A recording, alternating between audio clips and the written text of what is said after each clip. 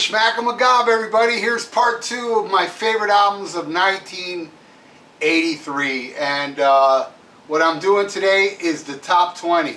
Now, something I forgot to do in part 1, which I always do in part 1, are albums kind of honorable mentions. Either I have some of these albums, can't find them, or I've had them at one time, or I've heard them.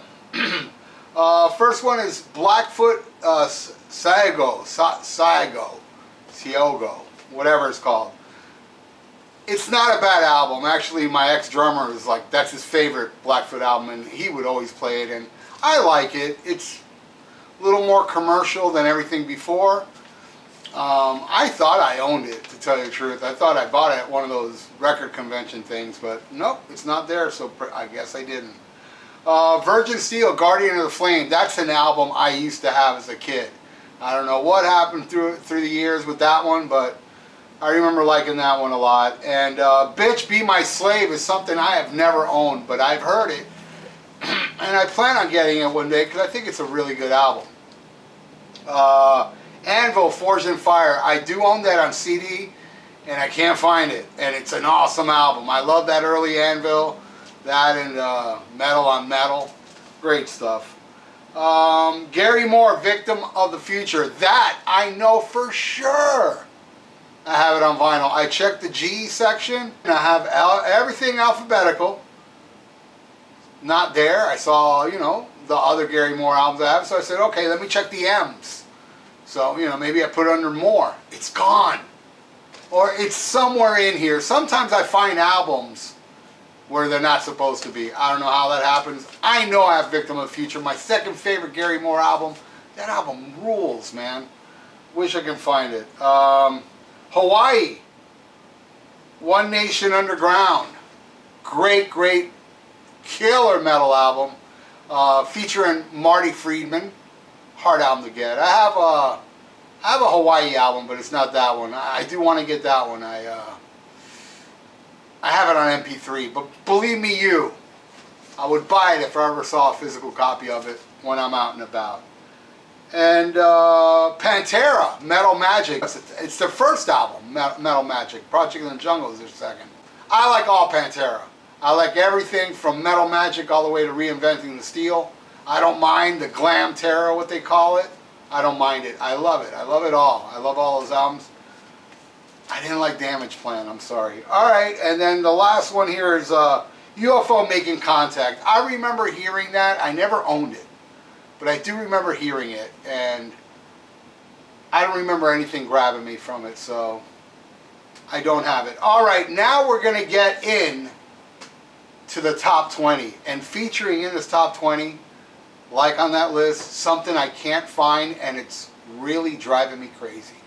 Because this is something I need in my life, but it's not yet here. There's still quite a stack of albums here before I get to that one. Might be top 10 for all I know, very close to top 10. And number 20, and I'm not going to do this by number because I know I'm going to fuck up what number I'm at. Love this album, Alcatraz, No Parole for Rock and Roll, with Yngwie Malmsteen, featuring my all-time favorite Yngwie solo on Krina Corey, and then you have like Hiroshima. Star Car Lane is so good. When I saw Graham Bonnet like a couple years ago, he played that song. He played Jet to Jet and Island in the Sun, Krina Corey. I absolutely love this album. Alcatraz, probably my favorite. No, Marching Out will be my favorite Yngwie album, then this. This one really deserves to be in the top 10. It's pretty low because time, you know, made me appreciate albums more, but this album may be the most important album of the top 20. And boy, was it huge. Quiet Riot, Metal Health, shouldn't be this low. But man, I had to squeeze it in the top 20 because of the importance. The first heavy metal album to reach the top of the charts, open the floodgates to the LA scene, and really help metal in general. I don't care, hair metal, thrash metal, whatever you want. This was the one that kicked open the door for the masses to accept metal. And you know, a lot of you little kids that got into Quiet Riot ended up liking Slayer, So they're very, very important. And this album, all 4 members signed it. I don't know if you can make it out. Kevin DuBrow is awesome, man. Rest in peace. Rudy Sarzo, hero. And Frankie Manali was super nice, and so was Carlos. All right. Wow, this album rules. Except Balls to the Wall, London Leather Boys, Losers and Winners. Don't like this album too much. And yeah, album cover, I meant. And yeah, you know, some of these lyrics were written by Udo's girlfriend or wife at the time, and that would explain like the lyrics in Love Child where it says, feeling the power of lust as the guy is passing by. I was like, oh? But then I found out later it was a girl writing those lyrics. Still a great album, regardless. I love me, Balls to the Wall. Probably my second favorite after Restless and Wild. Great album. Fantastic album. AC/DC, Flick of the Switch.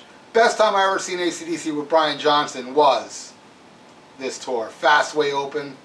They were amazing. And they're definitely on this top 20. I don't know where, but they're in the top 20.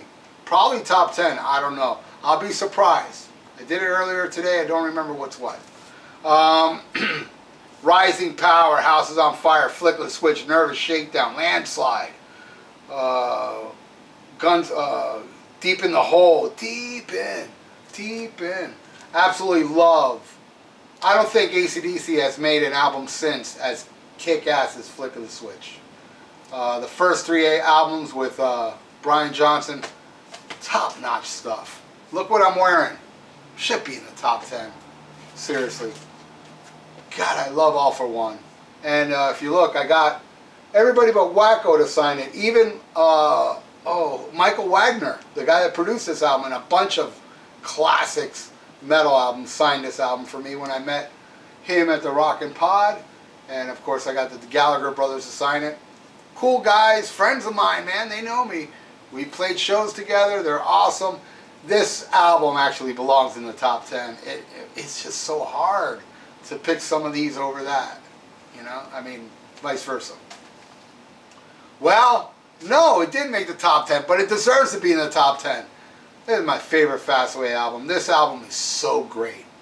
And I was so lucky to at least see them once with Dave King, opening for AC/DC Flick of the Switch tour. We Become One, my favorite track on here. But then you got Another Day, Heft, Easy Living. Oh no, Heft. Yeah, Heft is on here. What was the bonus track on the CD that's as heavy as Heft? Feel Me, Touch Me. The whole album, man. And of course, Say What You Will. That was like the hit off the album. That's the one that, back in the early MTV days in 1983, they played the hell out of Say What You Will. That video was shown a lot, where We Become One was only shown once or twice, and I was there to press record on the VHS. I put it up on YouTube and it was automatically banned. It wasn't even up for a second. So I have it up on some other channel. I mean some other network, not on the YouTube. And it's a great video. So ask in the comments and I'll give you a link. If I can find it, man. I haven't been on that page forever. Alright. I mean everything like that, what I just said, and Raven, they all belong in the top 10. This definitely belongs in the top 10. Probably the most, we'll find out, the most underrated of all these albums. Lick It Up from Kiss. Every song except for the title track. I don't like that one. This album smokes, man. It just gets overlooked, and I don't think Kiss has ever made an album as good as this since. Like Flick of the Switch. Both these bands never really made an album as good as their 1983 albums. And yeah, I love Lick It Up. I don't know what number it is. Are you keeping score? It's probably 13. Maybe not. No, scratch that. Oh man, God, these 2 albums are so classic they belong in the top 10. Absolutely love Another Perfect Day from Motorhead, where they brought in Brian Robertson, or Robbo as they call them. One Track Mind, Back to the Funny Farm, Shine. Oh man, this whole album, I Got Mine. The title track. Tales of Glory, Die You Bastard. This is another, probably one of the most, if not the most underrated Motorhead album. And one of my favorites. Definitely in my top 5. And it should be in my top 10. It's disgraceful.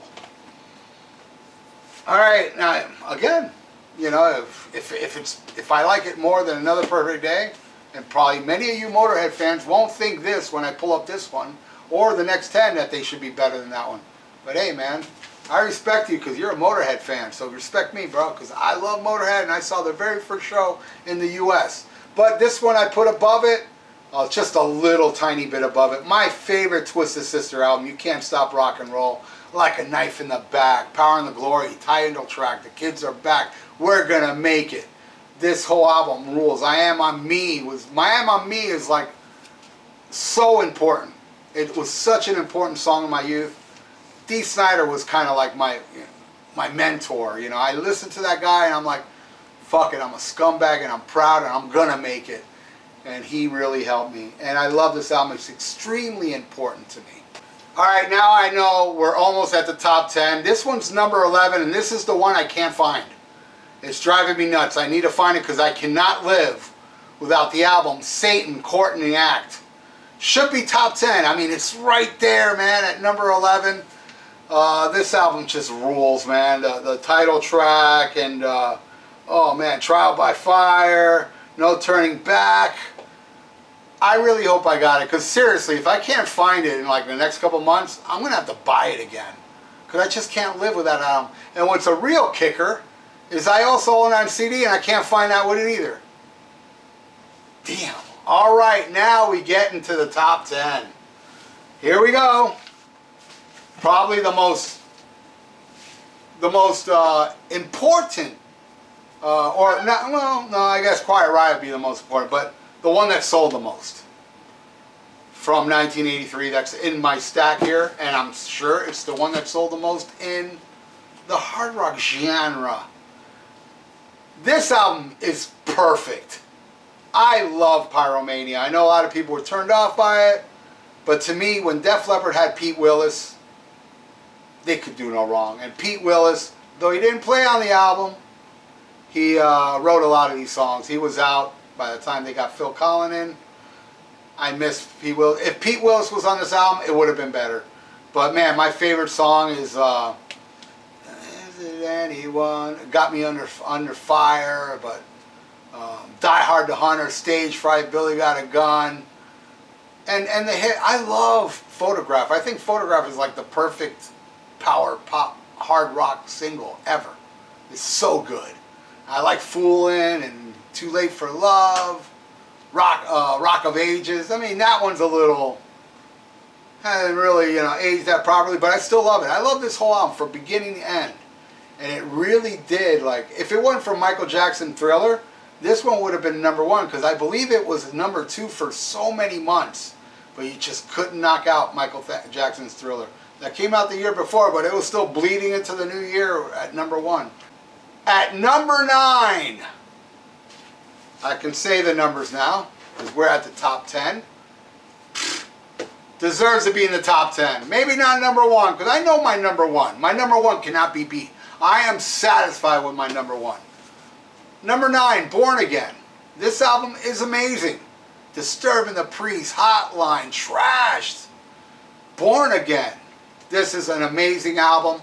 Not very well received, even by the band. I have no problem with the production. I have no problem with that album cover that they hated. I love this album cover. Fucking crazy. And notice there's a deep purple in the back of the baby. Because Ian Gillan's singing on it. This album's phenomenal. Deserves to be in the top 10. At number 9. At number 8. Who left that band right before they did this album? Ronnie James Dio.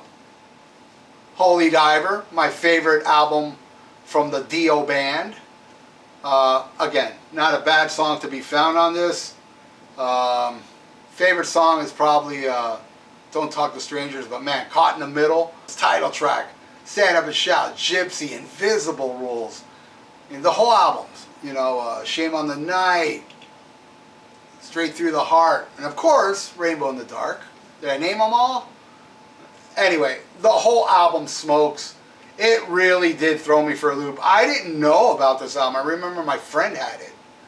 And I was like, whoa, Dio's got an album? Oh, let's hear that. And it's mind-blowing album. Amazing. At number 7 would be many people's number ones. I know you Maiden guys. It is my number 7. I cannot deny the greatness of Peace of Mind. Are you kidding me? This album rules, man.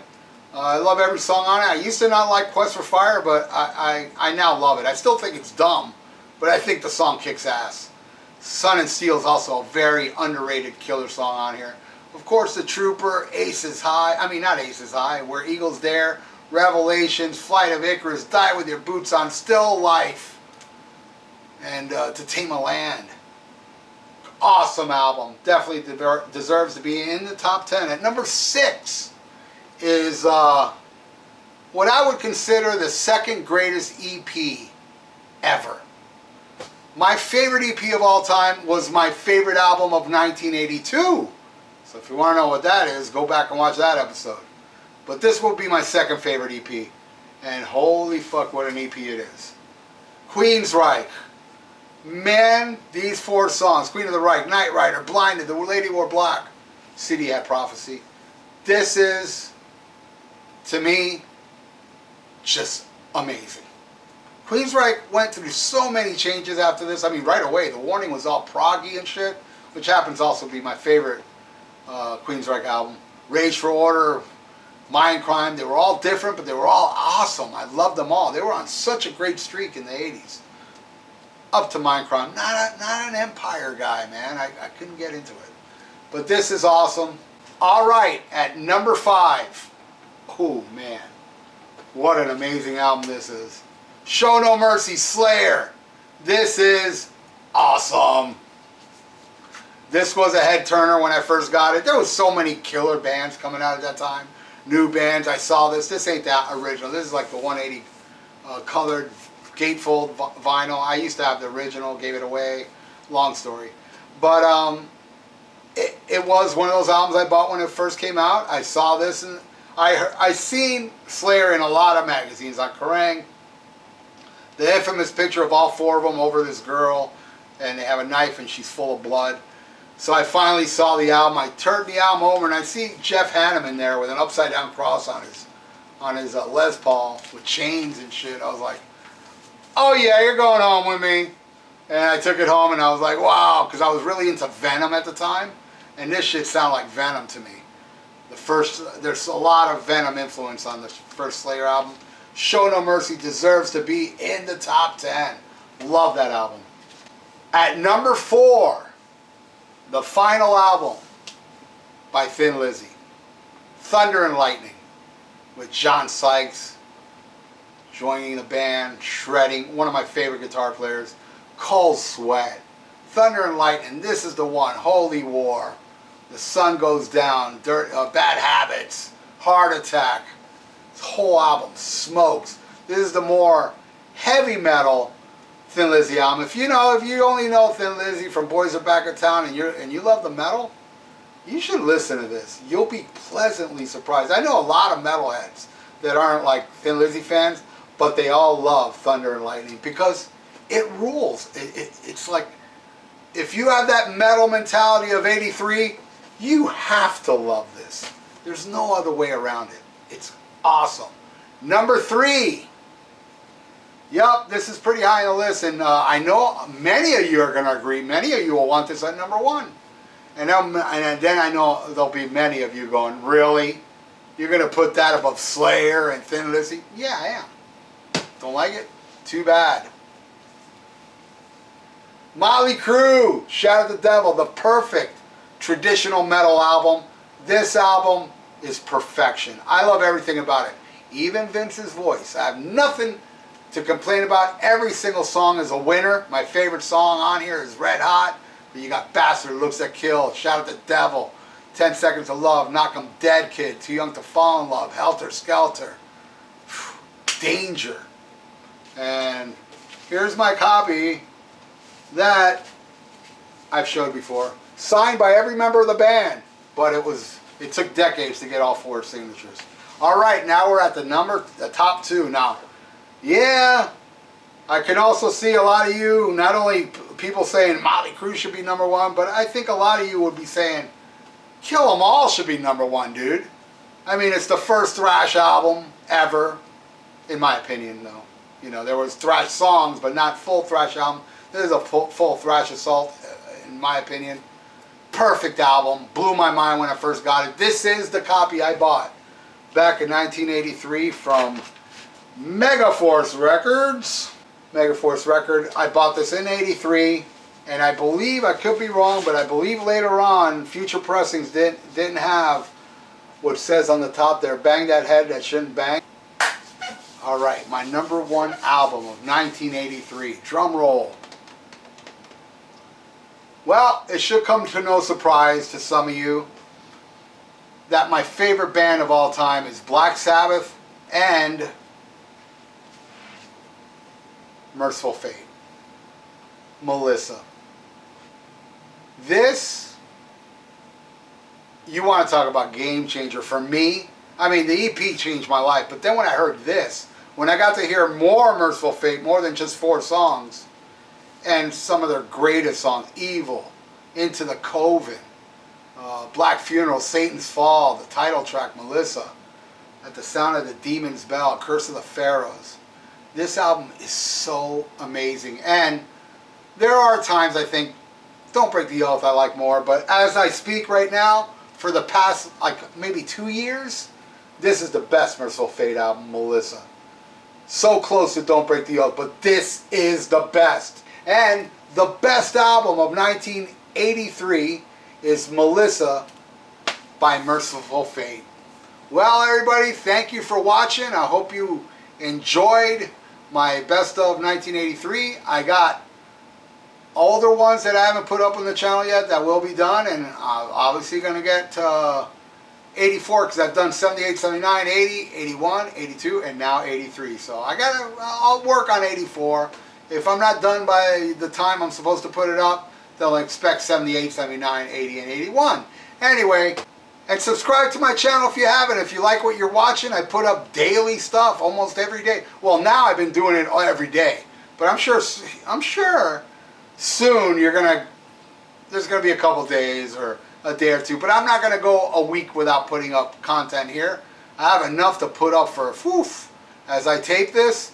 I have months and months of versions of stuff I can put up every single month. But anyway, thank you so much for watching. And till next time, SHMACKEMAGOB! This video was brought to you by Miami Metal Merchant. For your metal needs and competitive prices, visit MiamiMetalMerchant.com. Tell them Dr. FUKK sent you. Hey, I'm Dr. FUKK. And I'm the Ayatollah of Alcohola. And we are from the Rock and Metal Combat Podcast.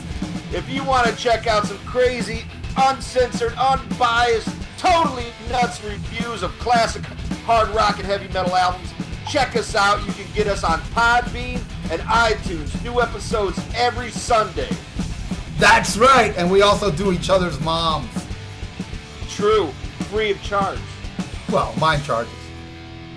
Oh, yeah. Yeah, mine's free. Hey, check out my podcast, The Vieira Vault. We're on Spreaker, we're on iTunes, and we're on YouTube. Check it out and subscribe. Hey, headbangers, you want your own radio show? Well, you got it. On Thursday nights here on that metal station, join me on the Dr. FUKK Show. Go in the chat room and I will make you my co-host. That's right. Everybody that joins me in the chat room, I discuss whatever you guys want to talk about. I'll mention your name, I'll say what you say, and we're going to go back and forth. And I'll even fucking play whatever request you want.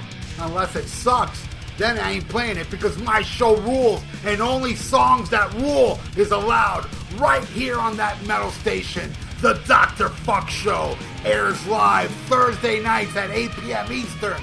Hope to see you there. Well, no, fuck that hope. I better see you there, motherfucker.